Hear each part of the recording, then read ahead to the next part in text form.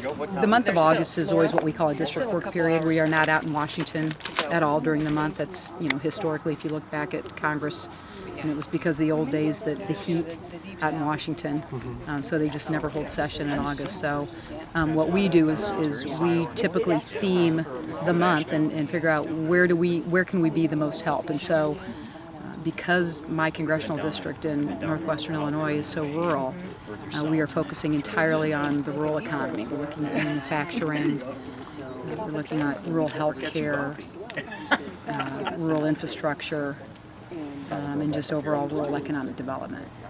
Yeah, so that's, we just went to a potato farm in Savannah. We met with a Peace Corps fellow, which, believe it or not, is funded through U.S. Department of Agriculture to help basically the Tri-County area in northwestern Illinois with economic development. Well, when I go back out to Congress, I serve on the Ag Committee and I serve on the Transportation Committee. There's probably no greater intersection of committees than Transportation and Infrastructure and then Ag. This is evidence of it right here, right? I mean, you've got a USDA loan that's helping with this. You've got, obviously, involved with infrastructure right here off of Highway 20. And more than anything, I listen to people. I always ask small business owners, what's an impediment to your success? What are we doing that's working? What are we doing that's not working? The last place I just went, they talked about the weight limits on trucks that are transporting their potatoes.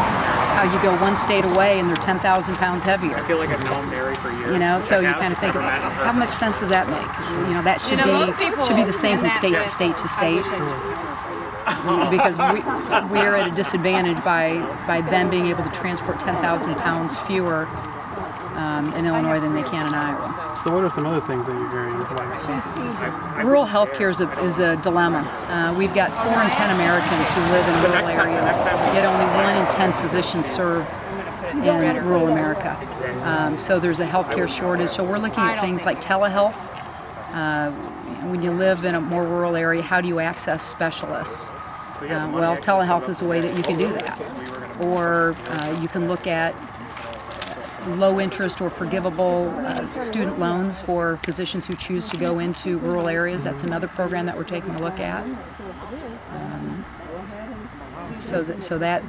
But right now that's a dilemma because we're not meeting the needs of our rural communities and as it pertains to health care. We've had a lot of rural hospitals throughout the country close.